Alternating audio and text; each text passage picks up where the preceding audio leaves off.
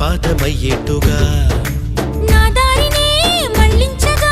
నీకెందుకు అంత పంతం మంచేతిలో ఉంటే కదా ప్రేమించడం మానటం